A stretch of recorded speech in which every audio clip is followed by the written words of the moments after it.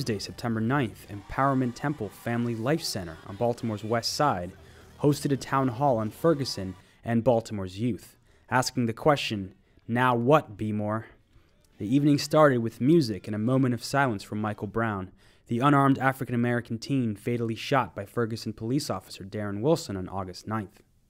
Congressman Elijah Cummings addressed the almost entirely African-American audience.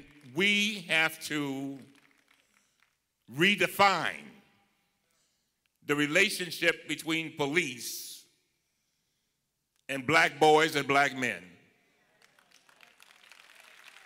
Blaming the media, the congressman told the rapt audience that the portrayals on TV help criminalize black youth in the eyes of law enforcement. A lot of people, the only thing they know about our boys and our men is what they see on the 6 o'clock news. They never see the men that march in here every Sunday. The strong black men singing on the choir. They don't see them. J. Wendell Gordon explained how arrests for simple misdemeanors for young African-American men in Baltimore often results in months in prison. Imagine being taken away from your family from 6 to 8 months. You can't even work to provide a job. And then they throw something at you, plead guilty to the first count, this felony. Yeah, it's a felony, but you'll go home today. You'll go home today, and then that person has to make a decision.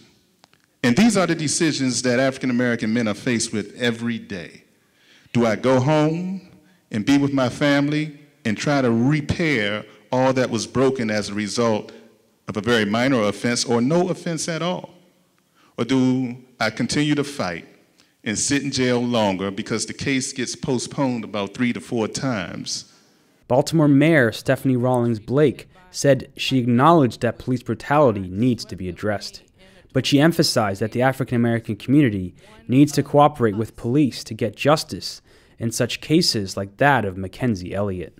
And everybody wants to be mad at the commissioner because he promised that he was going to get an arrest. The person's in jail, but we can't charge him. The attorneys will tell you, we can't, if you charge once, right? We don't get a couple of times at this. You got to make it stick. So we need the information. Who has the information? Right? We do. So it's beyond complacency. To me, you know, you want to talk about a demonic spirit in our community that's going to let the killer of a 3-year-old child run free. He's not serving time. He's held on something else. That's our doing. So if we don't own up to that, we could be mad. We need to deal with police brutality. I'm not taking that away. But we got to start speaking up for our kids that are getting killed every single day around this country. Following Mayor Rawlings Blake was Reverend Dr. Heber Brown of Pleasant Hope Baptist Church, who's also a board member for the Real News Network. A young black man was shot multiple times. He died in the street. The officer who shot him was not arrested. Thousands of people marched to protest. They met with elected officials to demand justice for this young man. You would think I'm talking about Michael Brown, but I'm not. I'm talking about a young man named Thomas Brodus. In 1942, Thomas Brodus was shot down by a Baltimore City police officer, and his body was left in the street. Black folk in Baltimore got together and organized, following the leadership of Carl Murphy of the Afro-American newspaper and Lily Jackson of the NAACP. They organized 2,000 people to march on Annapolis to demand a meeting with the governor, and guess what they were talking about? Police brutality. Now somebody forgot the year already. I said 1942. 72 years ago, my grandparents and your grandparents was debating the issue of police brutality. We are fighting our grandparents' fight. And I'll be damned if my grandchildren are going to fight a fight that we have the power right now to end in our community. Dr. Brown said revoking the police officer's Bill of Rights would be the first step in getting accountability for the actions of rogue police. Real quick things, we got to organize on specific agenda items. We need Congress to revisit that amendment that allowed for militarized weapons to get into our communities. Thankful for the congressman here. We need Congress to reconsider that amendment. We need the city state's attorney to impanel grand juries in Baltimore City so that highly controversial cases like the murder of Tyrone West is put before the people to determine what indictments will come for officers, because city power has not proved successful in holding the police department accountable. My brother Jay Gordon put it up so nicely last week. We need to repeal and revise the Law Enforcement Officers' Bill of Rights. It allows for the shielding of officers who engage in misconduct in this city, and it needs to be revised and or repealed. We need legislation in Annapolis starting in January so that we have a zero tolerance for police brutality, harassment in our city. And we need to publish the names of every officer in every community that engages in police brutality. If they put Pookie and Man-Man's name on the news and in the paper for an allegation of a crime that's not proven, why the hell can't we have police officers' names on the news and in the paper when they are alleged to have conducted misconduct in our communities? Organize, organize, organize. Beggars can't be choosy. Power concedes nothing without a demand. Police Detective Efren Edwards called for the removal of abusive officers from the Baltimore police force. I recognize, and I would be a liar if I were to sit here tonight and tell you that there are those on the police department who should not wear a service weapon, a badge, and the patch that I wear. I stand here tonight and I tell you that I wear my uniform with pride. I'm from Baltimore. My family is still here in Baltimore.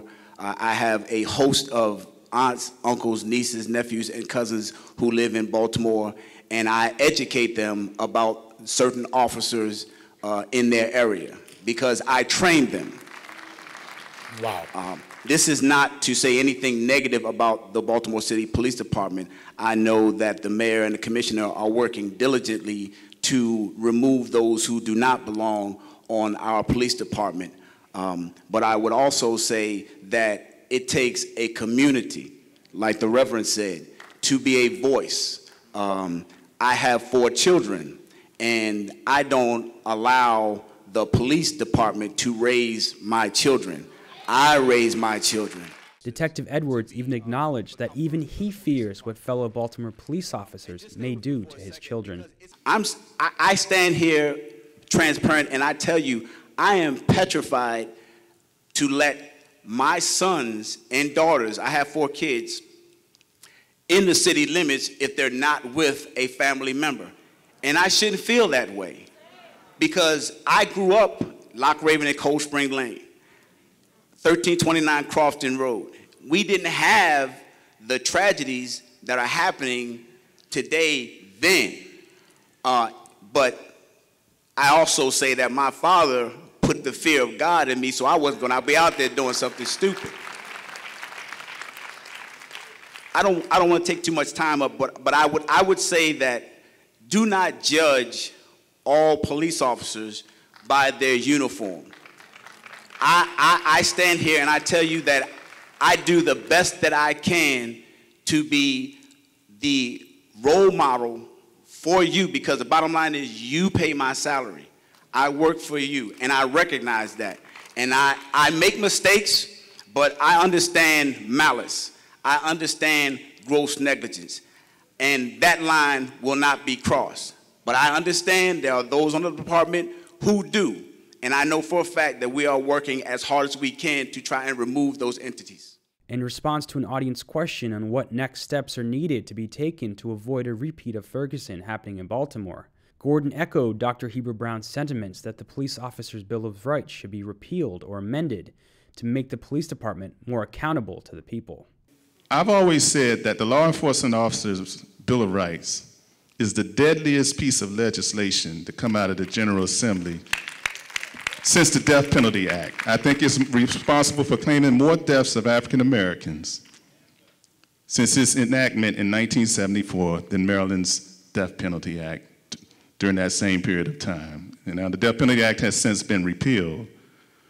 But in the Law Enforcement Officers' Bill of Rights, police officers have 10 days before they can be questioned for police misconduct. And in that 10 days, they are to get a lawyer. And if they are unable to get a lawyer within that 10 days, they can get an extension of that 10 days so that they can have a lawyer. They can only be interrogated at their precinct during the times that they're on duty with their lawyer present who can intercede and object to any questions and demand that their client not answer certain questions. And that's why we have this lack of accountability, and even good police officers. I've even heard Commissioner Batts express his frustration for the Law Enforcement Officers' Bill of Rights because it stymied his investigations into police misconduct. From Baltimore, this is Jessel Noor.